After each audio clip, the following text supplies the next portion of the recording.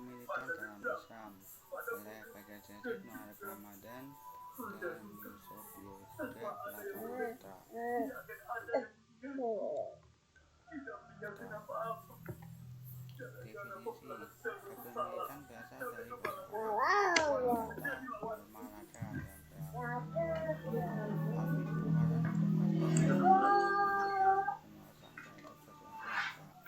Para ahli fikih mendefinisikan al-milk sebagai kekhususan seseorang dalam harta diketahui syariah, sehingga menjadikannya mempunyai perasaan khusus terhadap suatu harta, baik memeliharakannya atau mentadawukannya. Al-Wahbah Az-Zuhaili memberikan definisi al-milk sebagai berikut: harta ialah suatu kekhususan terhadap sesuatu harta yang menghalangi orang lain dari harta tersebut. Pemiliknya bebas melakukan tasarruf sesuai halalnya syar'i.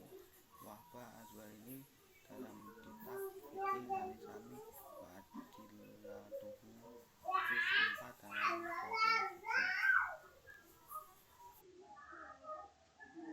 Aturan tentang kepemilikan. Surat Al-Maidah ayat 120. Kepunyaan Allah lah yang di kerajaan di langit dan di bumi dan apa yang ada di dalamnya. Dia maha berkuasa atas segala sesuatu. Ayat di atas menunjukkan bahwa Allah adalah pemilik tunggal apa-apa yang ada di langit dan di bumi, dan tidak ada sesuatu gantinya. Lantas Allah memberikan atau menunjukkan kekuasaan bumi pada manusia, dan manusia mengelola dan memaknakannya. Jenis-jenis kepemilikan. Para ulama membagi kepemilikan pada dua bentuk, yaitu kepemilikan sempurna, yaitu apabila materi dan manfaat harta itu dimiliki sepenuhnya oleh seseorang, sehingga seluruh hak yang terkait dengan harta itu di bawah penguasaannya. Milik ini secara bersifat mutlak, tidak dibatasi dan tidak didudukan oleh orang lain. Contohnya akibat dari jual beli. Jenis kepemilikan yang kedua itu adalah kepemilikan tidak sempurna, yaitu apabila seseorang hanya memiliki atau menguasai materi itu saja, tetapi manfaatnya dikuasai oleh orang lain. Adapun ciri-cirinya itu adalah dibatasi waktu, tempat, dan sifatnya. Yang kedua itu tidak boleh diwariskan karena bukan barang dia. Yang kemudian yang ketiga itu orang itu hanya menggunakan manfaatnya, wajib mengeluarkan biaya untuk operasional atau pemeliharaan. Sebagai contoh itu barang-barang sewa, kemudian ada lagi barang pinjaman atau sebagai barang jaminan akan penggadaian. Jadi sebab-sebab timbulnya kepemilikan. Yang pertama yaitu adalah melalui transaksi. Nah, karena transaksi itu adanya akad, sehingga akad itu terjadinya pertukaran atau pertukaran antara barang dan uang atau sebaliknya, atau barang dengan barang seperti itu. Nah, karena pertukaran inilah sehingga perpindahan kepemilikan dari pembeli menjadi ke penjual atau dari penjual ke pembeli seperti itu contohnya. Nah, adapun contoh-contoh dari transaksi akad dalam tak hanya jual beli yaitu adalah hibah, hadiah, wakaf, dan sedekah. Kemudian itu adalah ijarat mubahat, yang dimana suatu barang yang mubah yang tidak atau belum memiliki orang lain, dimiliki orang lain, tidak ada suatu halangan yang dimakan syariat untuk memilikinya. Seperti contoh tanah, air, dan pepohonan di hutanan. Kemudian kemudian itu yang di air itu sebenarnya ikan di laut, yang dimana nelayan mengambil manfaatnya dan adanya upaya untuk atau usaha untuk mengambil manfaat tersebut, sehingga ikan-ikan yang diambil nelayan itu menjadi miliknya dan dapat diperjualbelikan di pasar-pasar. Yang ketiga itu adalah khalafiyah. Itu para ulama menyebut sebab kepemilikan ini karena perpindahan kekuasaan seperti itu contohnya ya.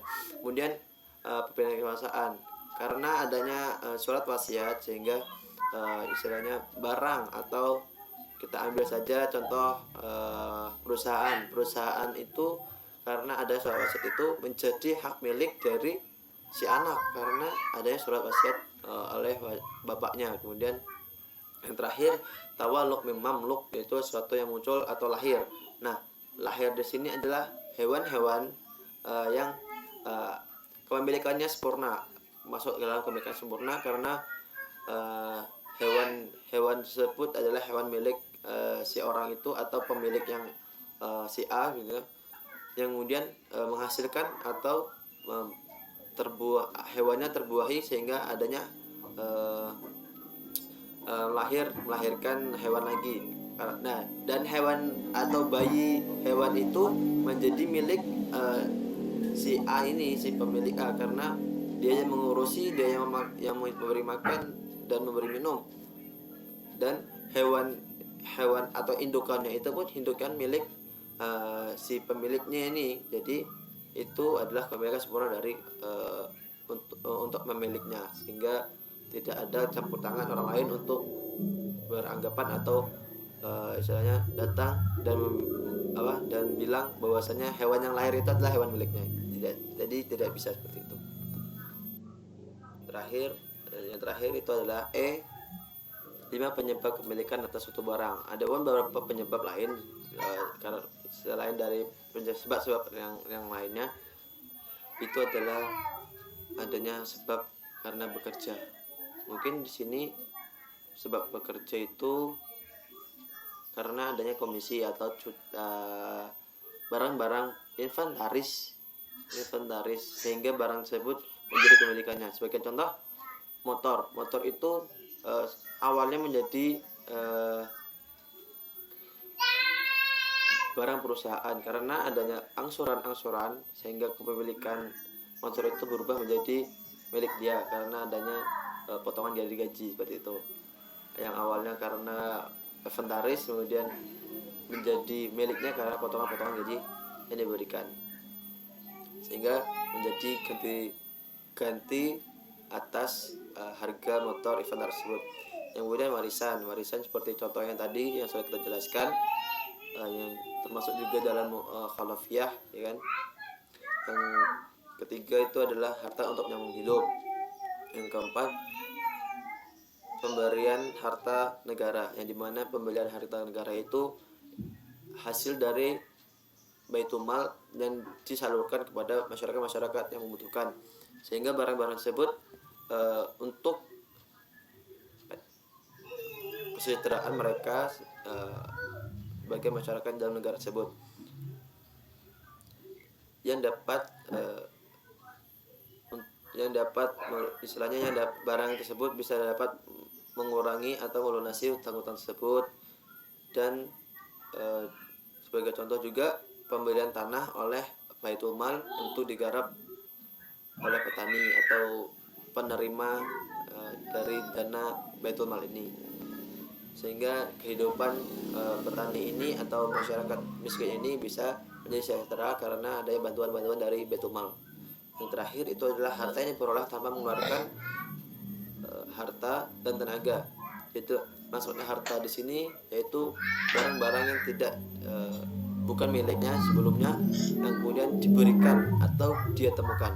Nah, itu adalah hibah, wasiat, barang temuan, menerima barang ganti rugi, mahar dan santunan.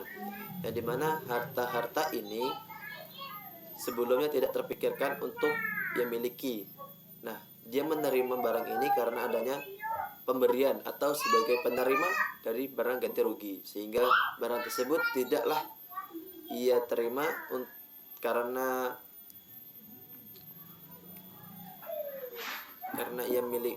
ia inginkan atau barang tersebut ia dapatkan tanpa adanya upaya atau harta yang dikeluarkan untuk membelinya gitu. Itulah presentasi dari kami dari kelompok 4 atas pembahasan ragam dan konsekuensi kepemilikan dalam Islam. Mungkin itu saja yang dapat saya sampaikan. Mohon maaf jika ada salah kata atau salah pemahaman dari kami. Sekian, wassalamualaikum warahmatullahi wabarakatuh.